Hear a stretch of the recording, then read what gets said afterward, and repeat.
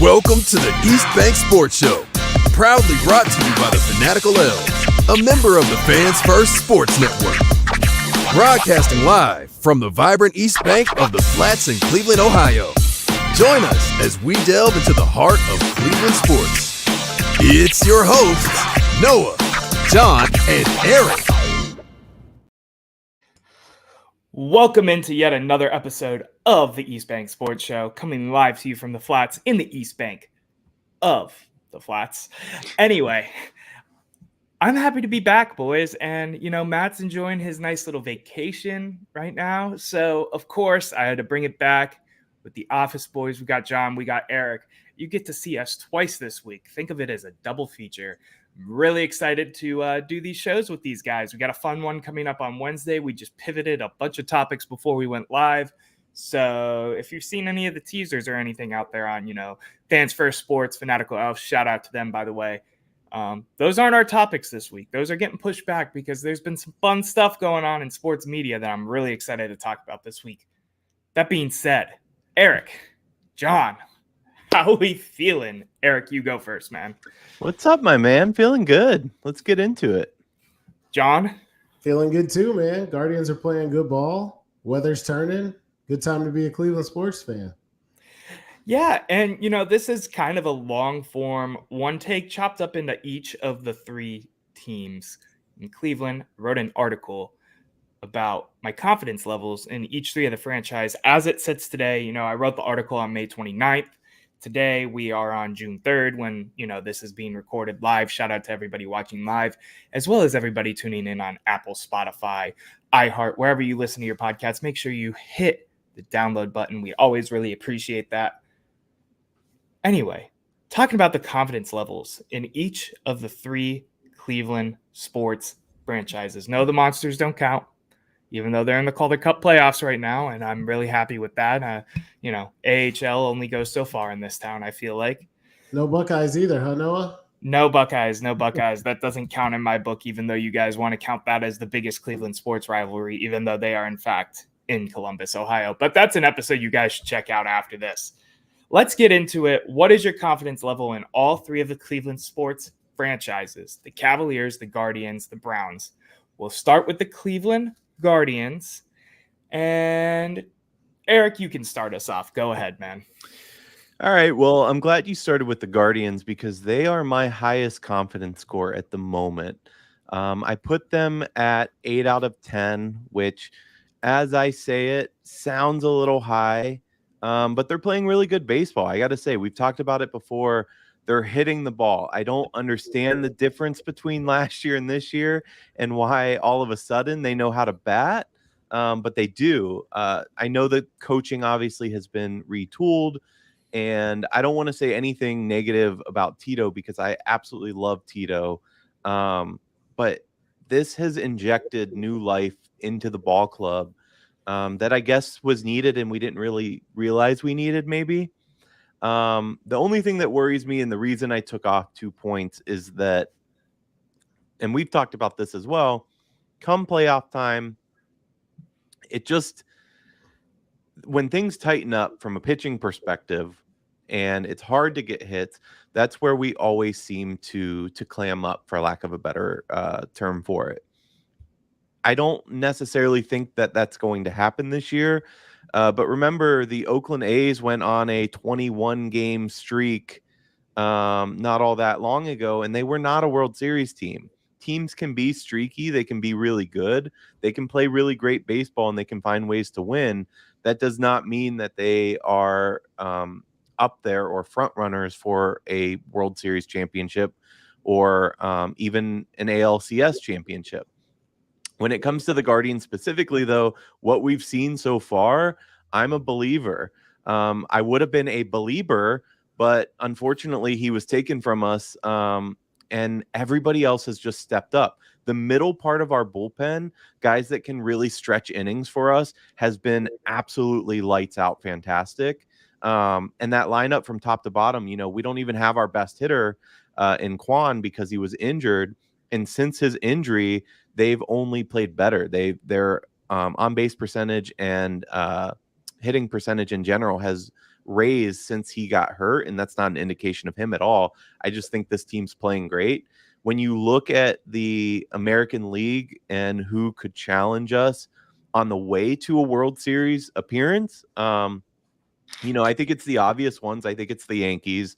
It's Baltimore this year. There's a couple really good teams, but from what I've seen so far, nobody has really looked like world beaters over us. We've played the Rangers and we looked just fine. We beat them, the World Series champs. So I'm feeling really good about the Guardians. And out of all three Cleveland sports teams, I am so excited to see what this year. There's a lot of baseball left, but we're in the right trajectory for sure. Yeah, John, I'm actually going to go this time.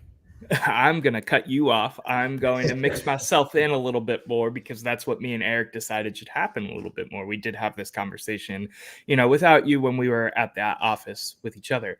I want to touch base on this. I was thinking about leading off first, but I wanted to let you guys talk because I gave my whole spiel.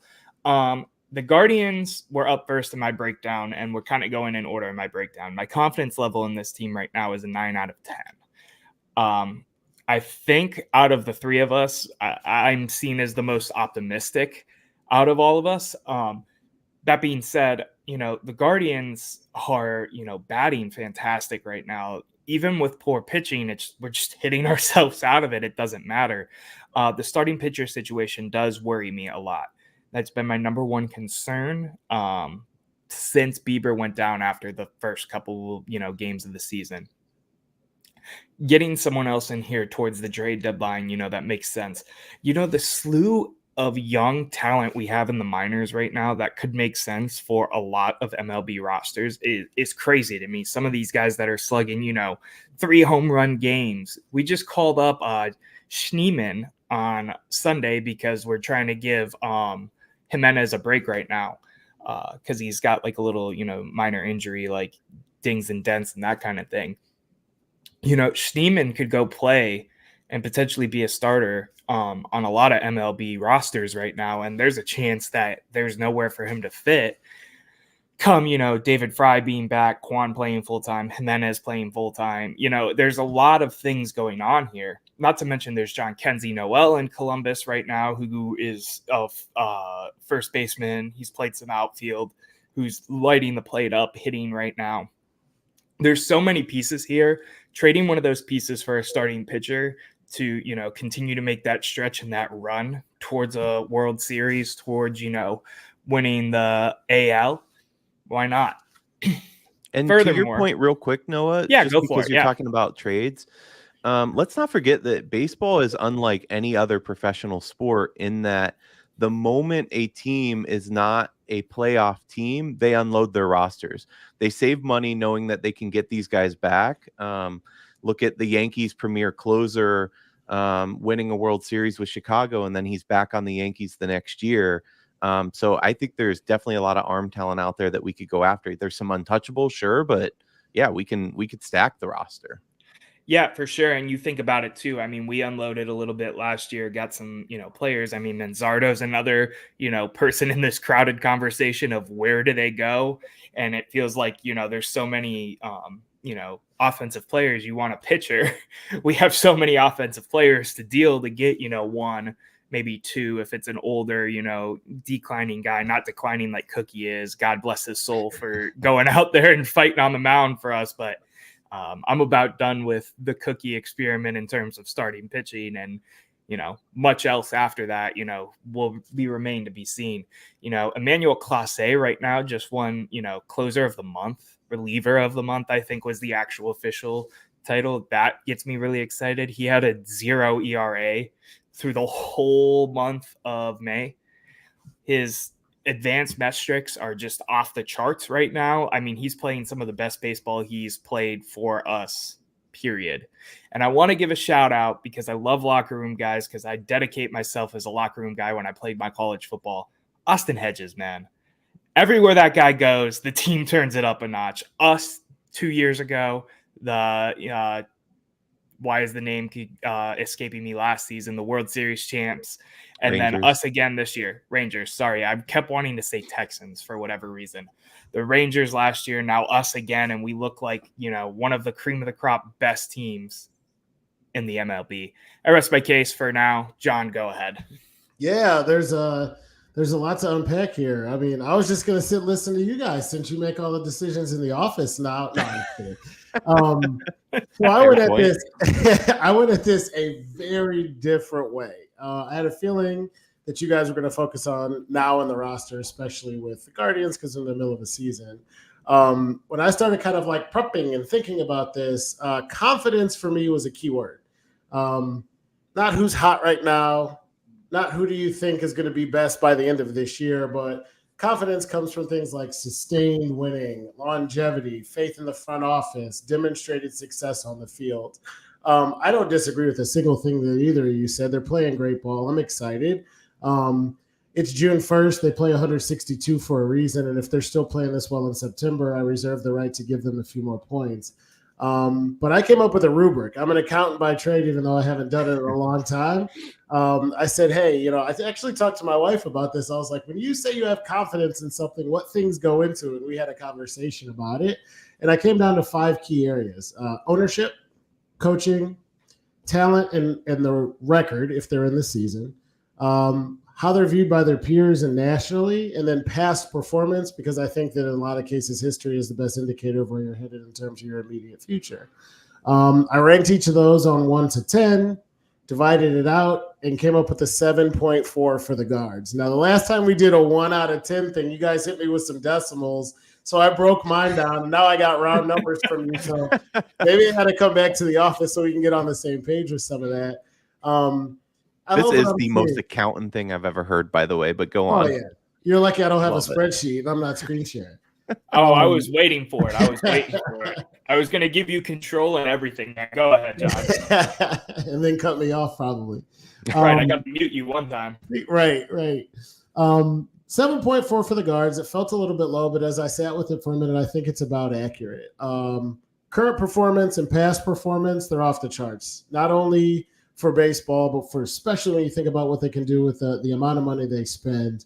But when you look at ownership, they are the lowest of the 3 for me by far, because I have no faith and confidence that even if we win, that the ownership will continue to put a contending team on the field. They're going to moneyball it to death. They're going to get rid of anybody who wants money other than Jose. And we could easily be back in this situation next year where we're like, what the hell happened? Because we had a team that looked like they were studs. I also look at the league and some of the other teams and how they're playing, right? Like, so the ownership is low. The coaching has been great so far, but it's unproven. 50 or so, 40, 50, 60 games into one season isn't enough to say he's great. So I gave him a 7 out of 10. But, league view, talent, the playoffs are a different animal in baseball. I feel like to give a team a 10 out of 10 would be wild. You'd have to be like the Patriots with Tom Brady, right? So I think about like when we had LeBron, that's the closest we came. I'd have put it somewhere north of 9.5. 7.4 is a really good score for a team that hasn't done anything in the postseason with so much young talent and has a brand new manager. I just think they got a long way to go. I love watching them play. I love the talent. I love that they're up for every game. But the ownership is terrible and won't spend money. Coaching is unproven. Past performance is getting a lot of good performances out of some players that are unproven or new. National League view, we're not starting to get a ton of respect yet from some of the other teams, and I think that's because we got to win in November.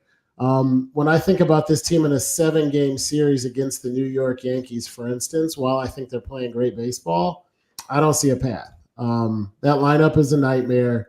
Playoff baseball, it's every pitch, every at-bat. They got notes from your last 500 at-bats, and they are throwing every single pitch exactly where they know you can't hit it. We've seen Jose slump in the past in the playoffs, and while I am super excited to watch this team play, I'm not getting my World Series jacket out of the closet, and I'm not getting ready for a long and deep playoff run. I think we still have work to do to hold off the Royals and just win the damn division, and then we'll go from there.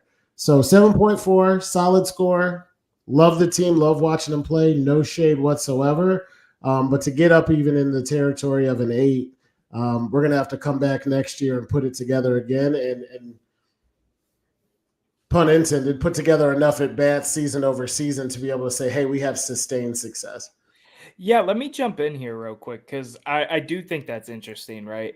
I think there's two things that I would input here to kind of counter, some of your pessimism. Not that there was a lot of pessimism there. Two things that I think of as the optimist of our shows, right?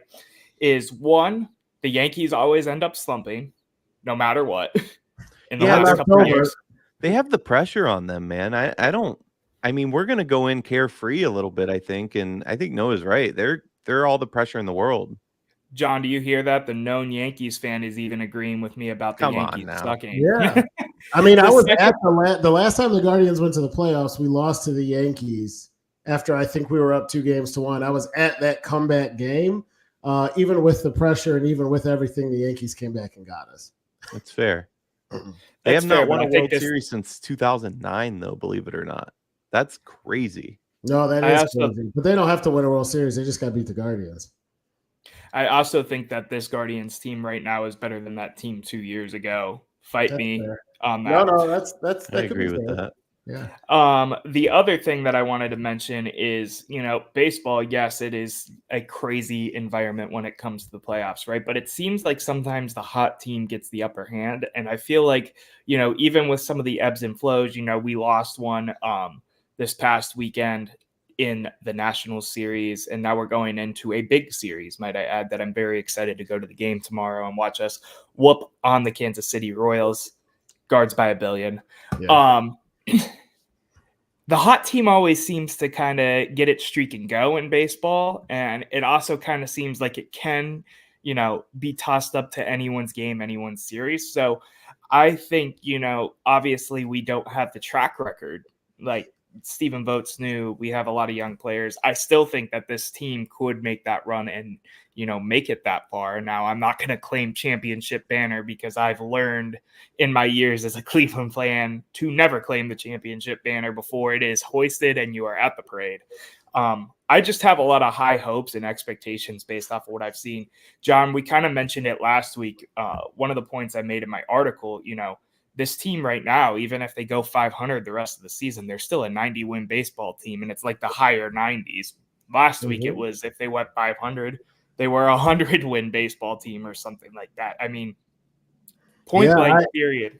I agree 100% with what you're saying. I think, I know it's a different sport. We'll talk Cavs in a minute, but the Cavs won 19 out of 22. I am worried that we're peaking too early. I agree that the hottest team in the league going into the playoffs is the team that everybody's looking at like the team to beat.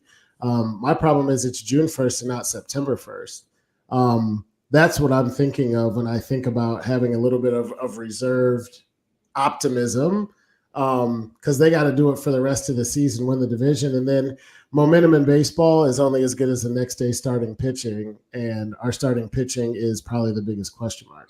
Just to counter that a little bit, though, I mean, it doesn't feel like a team, like it's not streaky. We're putting things together. I mean, they're winning by good margins. They're really hitting the ball. These are fundamental things that look great. I agree with you. I mean, if we look at the holes of this team, starting pitching, number one, obviously, right? And then behind that, what? Catcher, right field, shortstop. Hey, relax on Bo. He's developing. We're being real. Put your realist hat on for a second, not your optimistic hat. And shortstop, I mean, those are probably our biggest holes. And in the past, it was you got to rely on a guy like Hosey, and if he goes a little cold, then you're screwed. You have nobody behind him. Mm-hmm. I mean, that's where I like Hosey. Like, I want him in the batting third constantly just so he gets more pitches throughout the season. There's things that they're doing that I think make sense. But if you take the lineup, unless everybody goes cold, I mean, they're hitting the ball like I have not seen since, honestly, it feels like the 90s. 95. Two things real quick, too. Like, Quan just came back. He's only played one game. He's probably going to play tomorrow in Kansas City, but he played, the Friday game. Did he play Sunday? I don't remember.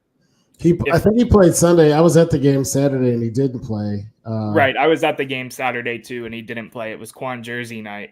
Side note about Hedges, by the way. Yeah, everybody else turns it up, but I think his batting average dropped from like $115 to 108 while we were at the game Saturday. Yeah, it did. I would like him to turn it up, but yeah, continue. Besides that, though, Quan just came back. We're still batting hot without him. We have a Gavin Williams looming into the distance to help the pitching problem. Now, I still think there's a starting pitcher hole in this roster, even when he comes back. You have all these young talents that are coming up. Chase DeLauder is starting to get back into his swing in Akron after breaking his foot. He played 4 innings, ran into a wall, got up with a little bit of limp, and they said, nope, you're out for another week. That's besides the point. There's a lot of talent to still potentially get called up this season and talent to come back from injury and, continue to play. I mean, Quan on the Friday game, I know for a fact, went 2 for 5 after, sitting out for 2 weeks. I watched him at the Lake County game, the first game he had rehab-wise, and he hit a 3-run homer. I mean, he's still a hot bat. I agree with you guys, not that I remember the 95 Indians whatsoever because I was -5 years old. But they are hot like that team was hot in all of the highlight reels and stuff I've been told throughout the years about, how sweet those teams were. It was our version of Murderers Row. It was. Right. It was. I think we talked about this on the after show, but if you Google best lineups of all time, those Indians were right behind Murderers Row, the Yankees at number 2 on the ESPN list. But I think that's part of my point. You're listing all these people who it's like, yeah, in the last 365 days, they've played well this season specifically. How does Soto, Judge, Stanton, Verdugo, LeMahieu, and Rizzo hit you? You know what I mean? It's better. I agree with you, man. But listen, we could debate this, especially the guards, Yankees, because we're the top 2 in the AL right now. Royals are up there. I'll give them their credit with what they're doing with Bobby Witt and everything. Let's go to commercial break real quick. Hold on. One more thing. I'm sorry. I don't want to delay it, but I just got to say one name, and I don't understand why nobody's looking at him. Trevor Bauer. I know the dude's crazy, but he can still pitch. Let's give him a shot. Nope. And I am going to cut to commercial break because we will continue going for another 10 minutes. So we're going to cut to commercial break. Enjoy your commercials. Come back. We'll start talking Cavaliers. We'll be right back.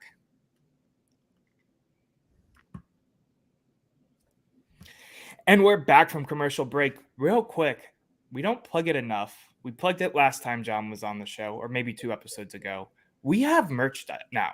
We have merchandise for the entire network. If you check on the link tree associated with the channel, our channel specifically, or if you go look over at the Fanatical Elves Twitter, it's the main link. You can get the At the Office merch, the East Bank Sports Show merch.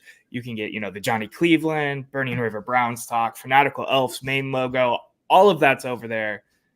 We really appreciate the support, repping the brand, wearing it out there to all your Cleveland events to grow the podcast. I have my shirt finally coming in the next week or 2. It took them forever to print it because they print it in 2-week increments on the website we use right now.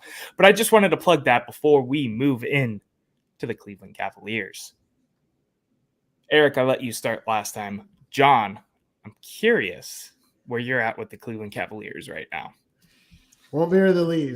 Cavs get a 6.2 from me, and that's generous. I'm the least confident in them right now, and it's not because they didn't play well this season. It's, again, because of the whole body of work. I didn't want to be too prisoner of the moment and being too optimistic for the guards. I don't want to do the same thing for the Cavs. 2 disappointing exits 2 years in a row. We don't know if Donovan Mitchell's back. We don't know if Garland's back. They won't both be back. I'm hearing reports that I couldn't confirm before we hopped on that Garland said if Mitchell's back, he doesn't want to come back.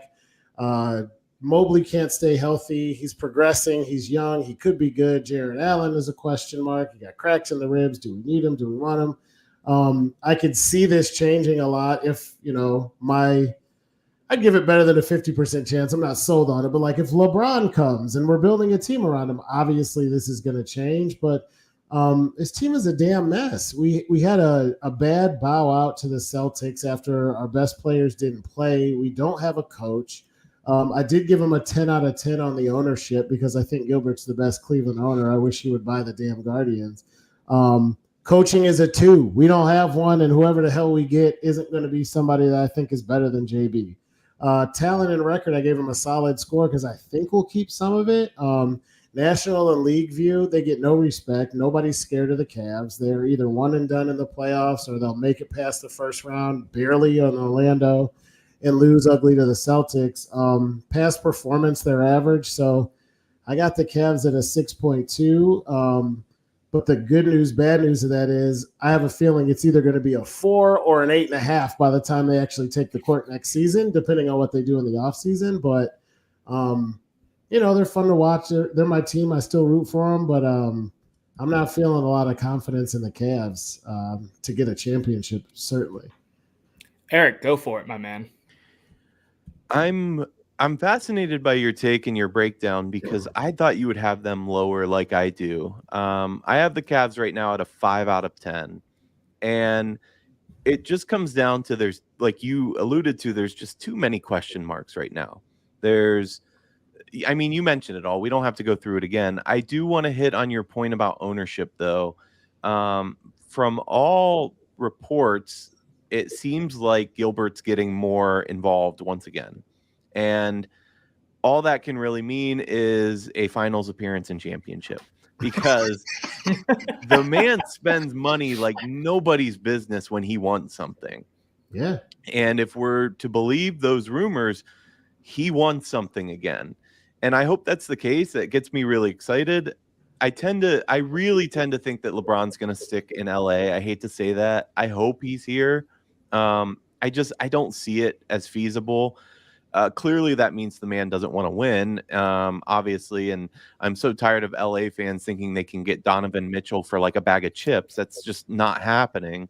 But yeah, the questions between, I do still think, and we broke this down a little bit. I think the Garland Mitchell backcourt could work. Again, we won a lot of games with that. What I would rather see, if you want Mobley to be your guy, and we've talked about this, I really want Mitch and Mobley in the starting 5, and I want Allen and Garland coming off the bench. I don't think there's a scenario in the world where they do that. They don't want to take those roles. But man, is that you're starting to get a really fearsome lineup where you can plug and play those 2 lineups, rest guys. It feels like a team that could go really far with a strategy like that. But a lot's to be said and seen based on who we hire as coach. I talked a little bit last time that I really think it should be an offensive-minded coach. Kenny Atkinson is one of those guys. How much of a difference that'll make, I think it's going to be huge. In some respects, if we were talking Guardians still, as much as I love Vogt and I think he's doing a great job, I don't think coaching is as important in Major League Baseball. But when it comes to the NBA, we've seen what happens. We had a really good defensive team and defensive coach, and all of a sudden that fell apart. We come playoffs and we're looking around going, first of all, what happened to our defense? It just disappeared, and there is no offense to speak of whatsoever. So with all that being said, there's just so many question marks. I'm worried about the cohesion of the team. Noah likes to talk about the locker room. I don't think it's at critical levels right now, but it's a giant question mark. The fact that you have a guy that wants to leave if another guy stays, that's just selfish. Mr. Garland, please take a look at Mr. Irving, not including this year, but that didn't really work out too well for him being the guy. He thought the same thing. He thought he could be the guy and lead a team. The NBA doesn't really work that way anymore.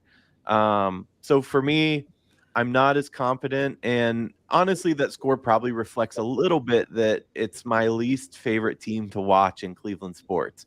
I watch every playoff game. I love Cavs playoff basketball, but throughout the regular season, you'll find me watching way more Guardians, and I obviously do not miss a Browns game. So that's where I'm at. I'm at a 5 out of 10.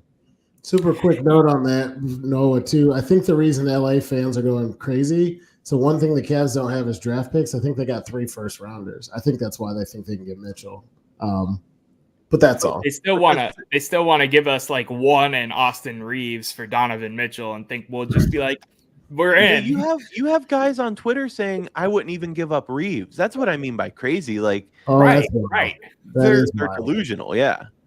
So when I wrote down my article, and I'm still very much here now because I don't think much has changed in terms of the Cavaliers situation, especially, we're going in the NBA Finals right now, coming up on Thursday. I'm also at a 5 out of 10. So congrats to me and Erik for agreeing on something. Wow. Right. So every point that you kind of made was kind of the point I made, between the both of you, honestly. There's just so many question marks right now. Regardless, maybe I should have gave it a bump because of Dan Gilbert stepping in, and I do have faith in him opening up the wallet and paying players and doing what he has to do to make this more concise championship roster. Not saying that that's LeBron, because I feel like that's some people's pipe dream of, oh, we'll just fix it by getting LeBron because that's what we did last time. I don't Nice think that's fix. entirely true. As much as I would love LeBron back. Erik, if you want to call him out for your one-on-one game again. No, Yeah, but LeBron, what the hell, man? I haven't heard from your people. We used to be tight. Like, text me. Let's get this thing going. I got 1 point against you, bro. Let's go. anyway, I'm very much with you. We don't know who the head coach is going to be. I have faith that they're going to bring in someone that makes sense, regardless of if it's the sexy name or whatever. I think that was on this show. I've been doing so many shows at this point that I don't remember who coined this sexy hiring. I think it was Erik that said that, but I'm not sure. I don't know. Regardless, I just have faith in what's going on here. But that being said, there's so many question marks right now that aren't going to be resolved until, next month at the very earliest, come draft time and that kind of thing, where I can't say anything higher than a 5. I don't have any distaste for what's going on in, the Cavs organization. I think they're making the moves and setting themselves up to do the best that they can with the chips that they're dealt and the cards that they're dealt in this offseason. But, that remains to be seen. I don't know if you guys have any other points. I know we kind of all agreed on this, but. Yeah, that's a bad spot to be in. I think you're right, but this isn't Boy Scouts or a middle school team. It's the National Basketball Association. And if your only resort is to do the best you can with the cards you were dealt, it's not a great position to be in. Your GM's supposed to make shit happen. Your owner's supposed to make shit happen. The reason I ended up having him at 6.2 instead of lower was because I do have faith in Dan Gilbert, but there is a scenario where this team is god-awful next year. Cellar dwellers, back to the drawing board, start over, and hope Mobley turns into somebody good. They got, I'm going to hope that doesn't happen, and I think Gilbert won't let it linger if it does. But again, we're talking about a team that doesn't have a coach. So I really like how we say Gilbert for everything. Like Kobe Altman's just the puppet, which, when Gilbert wants to be pulling the puppet strings, he really is. But it's fascinating.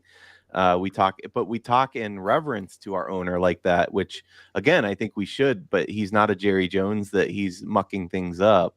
It's just an interesting situation here.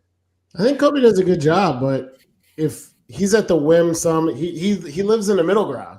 If Donovan Mitchell wants to leave, he can't do anything about it. And if the owner comes in and says, this is what we're doing, he can't do anything about it. I think he's done a great job of developing young talent into a contender, but the jump from contender to champion is so big, and you need so much to go your way. It's just, there's a lot going on. Yeah, I'm with you. And instead of beating the dead drum, the dead horse. Sorry, I don't know why I stumbled. The dead drum, that makes no sense. Regardless, we're all kind of matching, and we didn't do this on purpose. So I'm kind of curious what this means in terms of the final breakdown that we're going to do today, which is our confidence level in the Cleveland Browns. So I let both of you start one time. I'm going to start this off this time. The Cleveland Browns are in a really good position, in my opinion, right? I think there's a couple knocks to this roster and this team. I think the elephant in the room is very much obviously Deshaun Watson.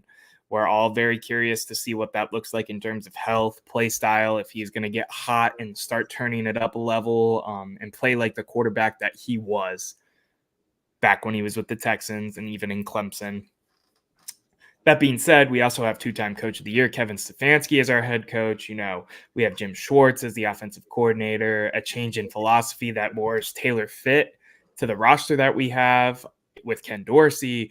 There's a lot of things to be positive about on top of acquiring Jerry Jeudy. Nick Chubb's going to play at some point this season, which also could be a question mark in that sense too, because we don't know when Nick Chubb's going to play. Another question mark could be the strength of schedule. Right now from the outside looking in, we have the hardest strength of schedule. We all kind of agree that doesn't mean be all end all hardest schedule when we look back at it, but that's part of what we're looking at right now.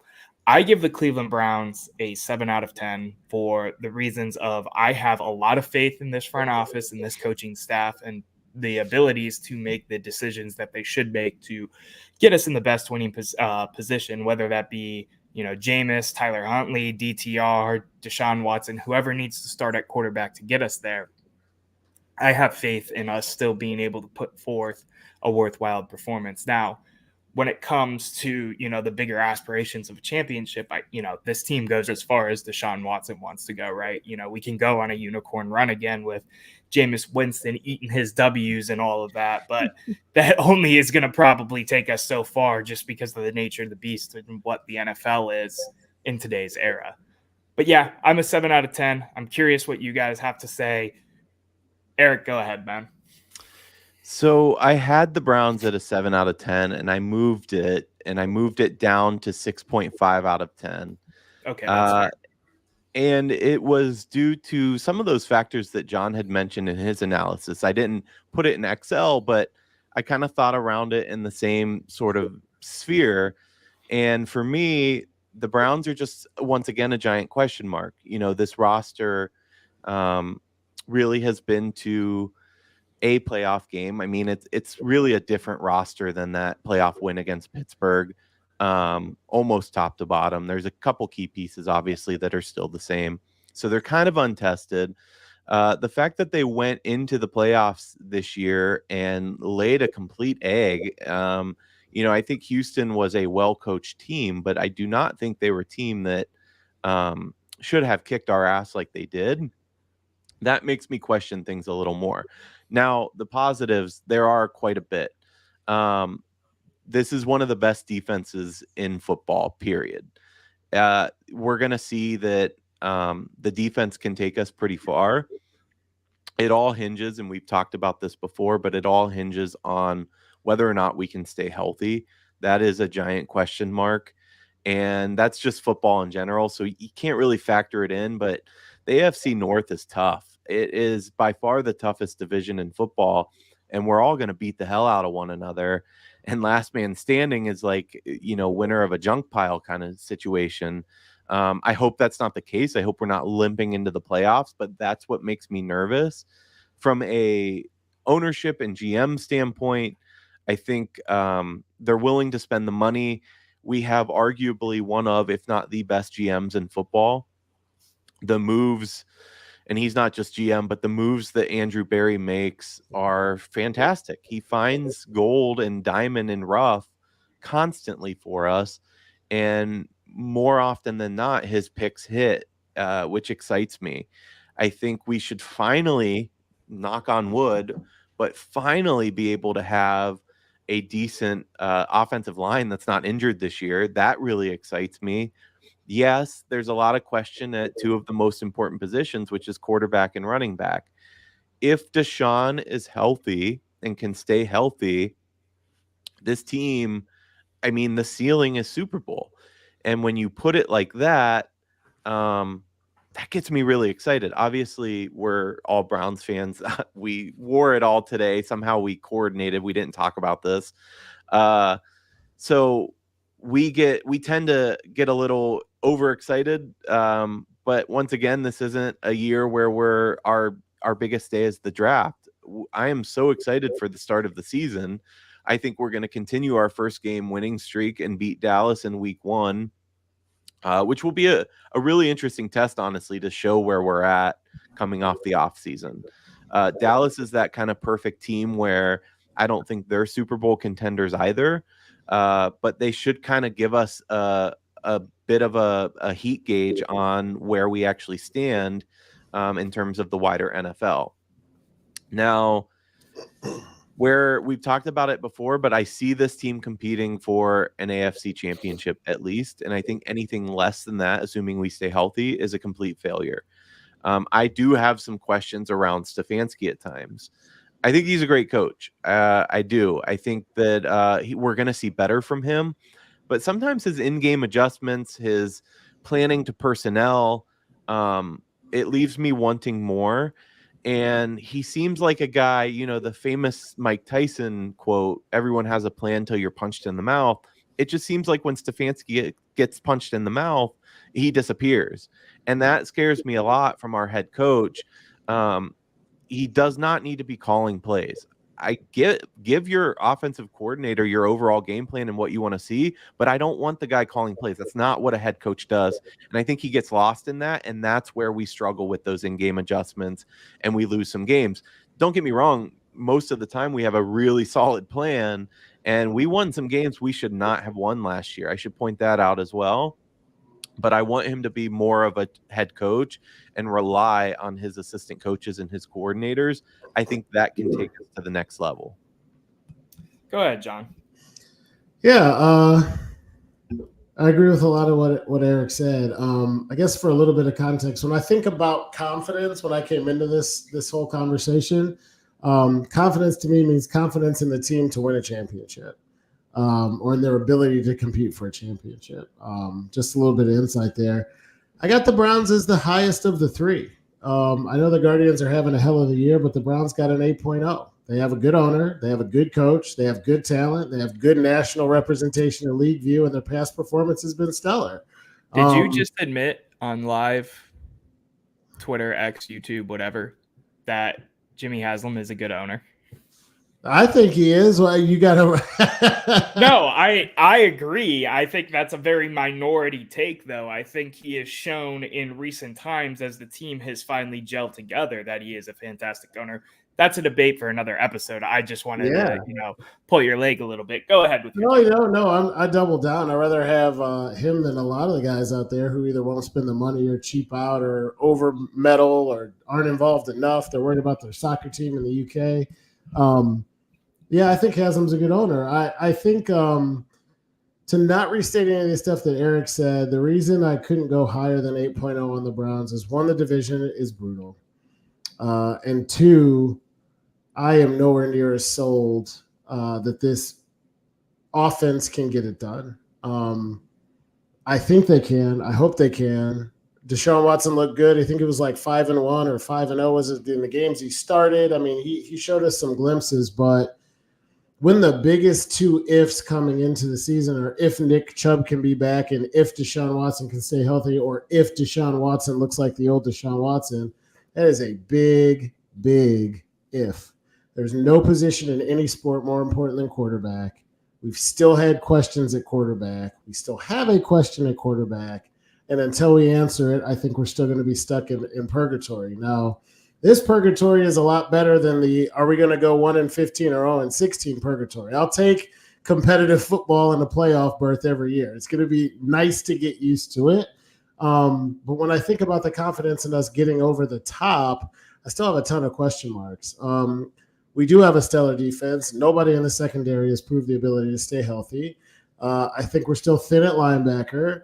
I still think there's big question mark at quarterback. Offensive line play is usually pretty solid. We hope we can keep that up. But, I mean, I could, in the NFL is the hardest to pick, right? Like, I could see this team making a Super Bowl run and coming in third in the division. I could see them winning the division and losing by 4 touchdowns again in the first round. It's just so hard to predict. But overall confidence on, how intelligent and well-run the front office is and what types of moves we make and the talent we're putting out on the field on a year-to-year basis for the next 3 to 5 year window, the Cleveland Browns are the team of the three that I am most confident will compete for a championship. It doesn't mean I'm booking Super Bowl tickets any more than I'm booking World Series tickets, but 8 out of 10, solid B. I like what I see out of them. I don't have any major shade to throw or negatives, but we got a big question mark at the most important position in sports. And for me to push that any north of 8, I got to see more out of Deshaun on a sustained basis. Let me, as the optimist again, just jump in here real quick. I thought you were going to say 11. So, kudos to No, no, I give it there's still question marks, and we're at OTAs right now, so it's hard to be like we know what we're getting this season. That's the fun and the not so fun of this topic is kind of gauging where you're at, even when it's not their turn. It's very much the Guardians' turn to be the face of Cleveland right now, and we're all loving it. And as me and Erik said, we gave them really high ratings.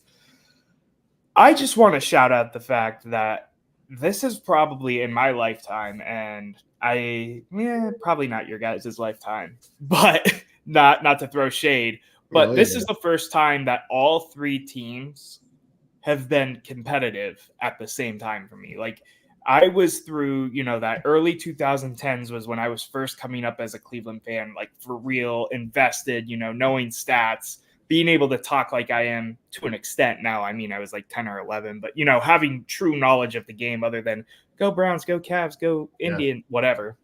Super quick question. What year were you born? 2000. Okay, so you were young, but you were alive. 2007, the Browns had Derek Anderson. I think they went 10-6. Guardians/Indians went to the ALCS and were up 3-1 on the Red Sox. And the Cavs had LeBron.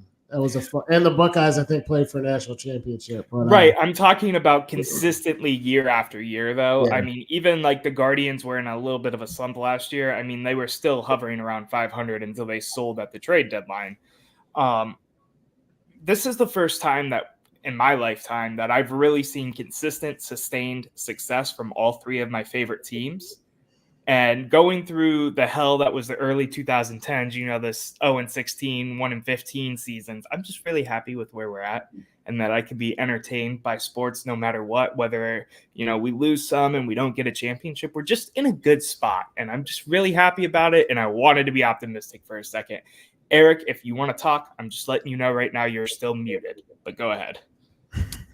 No, I mean, I agree with what you guys are saying. I'm really confident about the Browns. I'm surprised that it's John's most confident. Like that shocks me a little bit. And I get the question mark surrounding the Guardians, but from what we've seen of the two of them, the Guardians seem more consistent, at least right now. I know it's a smaller sample size, but there's just so many questions surrounding this Browns team and whether or not they'll stay healthy. I mean, two major players coming off injury. I don't think you can discount that. No, it's a confidence thing, which spans bigger for me than immediacy. Like right now, right? Like, yeah. If you ask who's the best team in the last 2 months, I mean, like the Guardians are great. How did it go last year?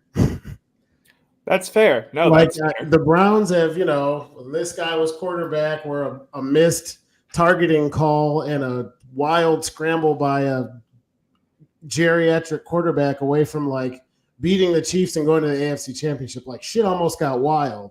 And then they came back and went to the playoffs again. They beat the Steelers in the playoffs. They had a good division record because they won it for a few years in a row. Like the Guardians came out of nowhere. Nobody, including Vogt, thought that this team was going to be doing this, and it could go as fast.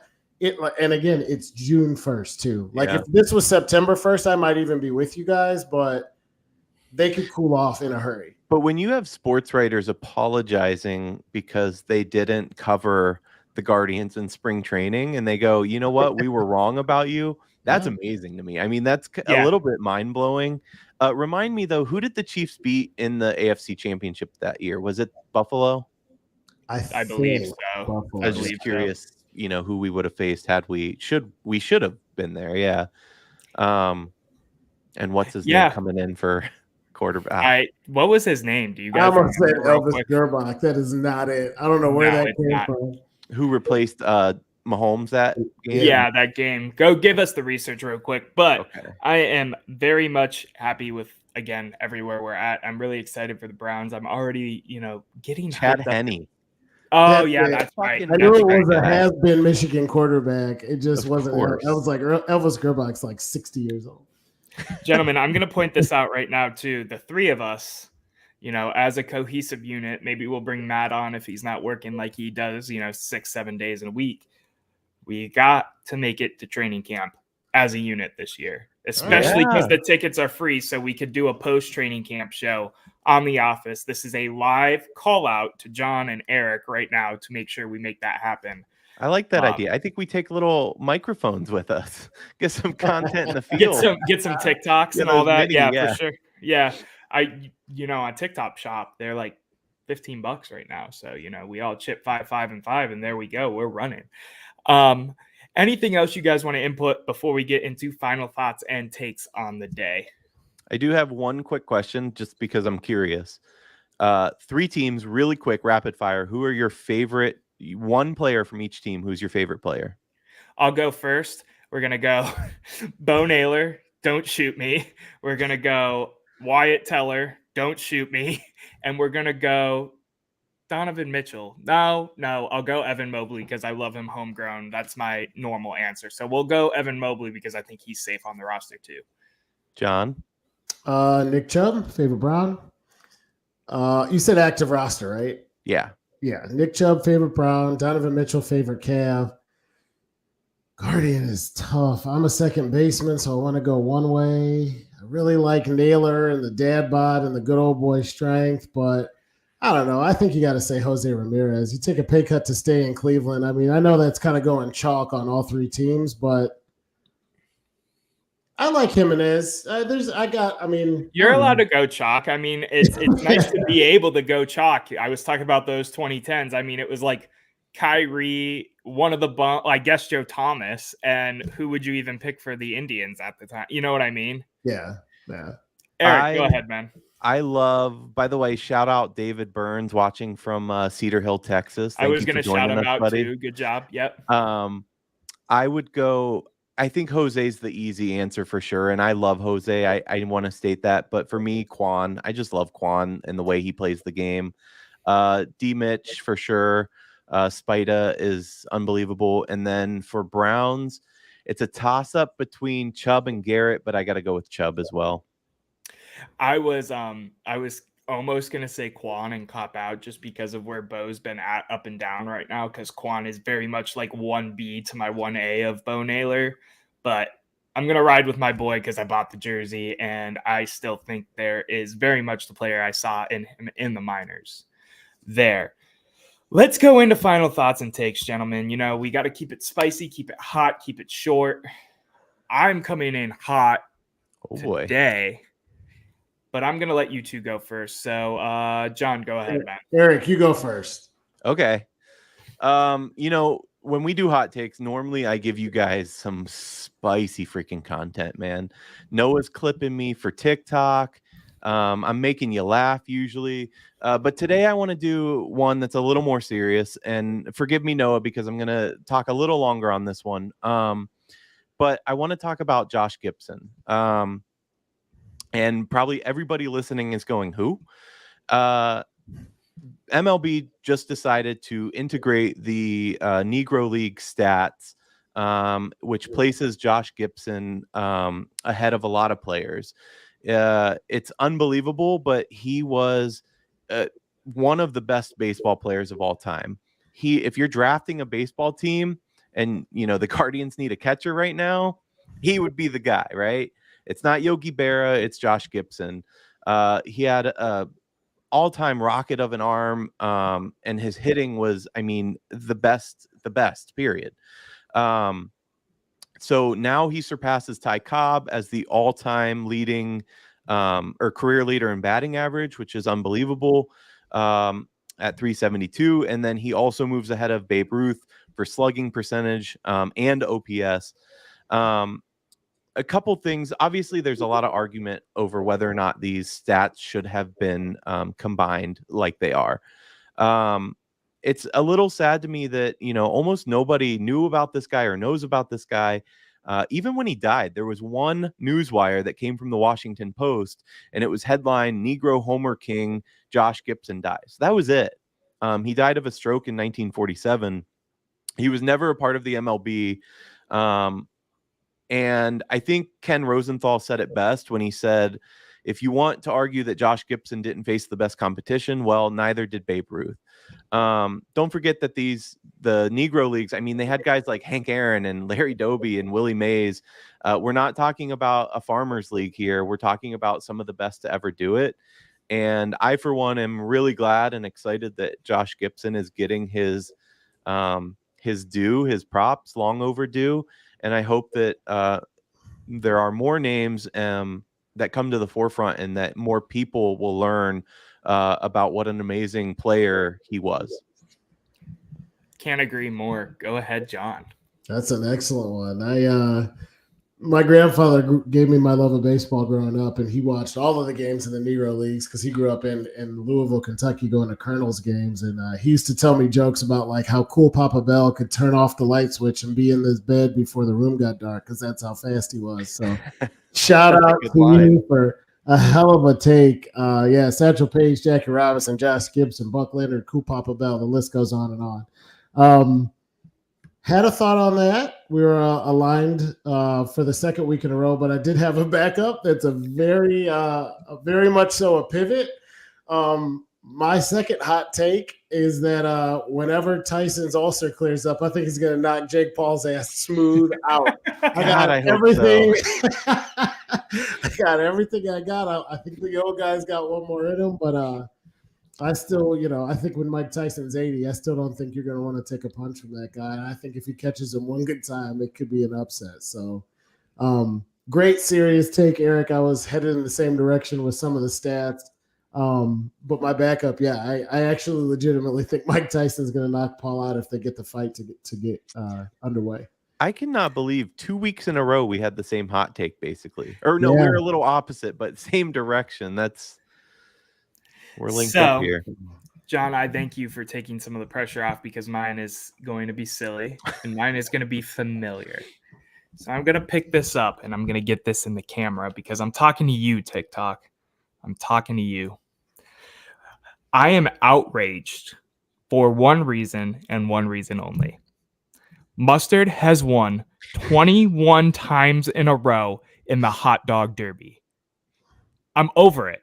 I'm the biggest Mustard hater alive right now at this point. I want that boy tested. I want justice for Ketchup.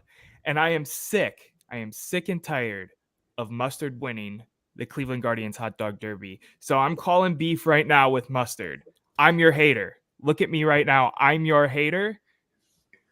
Go Ketchup all the way. Ketchup 3 wins in a row coming for the Kansas City Royals series. I rest my case. I was at a bachelor party for the game on Saturday, and everybody was betting on the race. And I stayed out of it, but I was like, if you watch the pod, you'll know you should go Mustard like your goddamn life depends on it right now. You should put the mortgage on Mustard because he's won like 20 in a row. No, it's officially 21. That was like easy money. Officially 21 right now, and I don't want to see him win another one again. How do you go? I'm picking it back up. How do you go from being sent down to the minors because you sucked that bad at the hot dog derby to winning 21 straight? I give you credit. I give you credit. You picked it back up. You learned from your mistakes in the minors. You came back. 21 in a row. That's not natural. That's not normal. I agree Drug test, with you. Mustard. I agree. Ketchup is my boy and has always been my boy, and I feel like he is overlooked always. And this is pitiful. I'm with Noah on this one. I'm a girl dad. I got onion all day, every day. But I think he's just taken after some of the guys on the roster.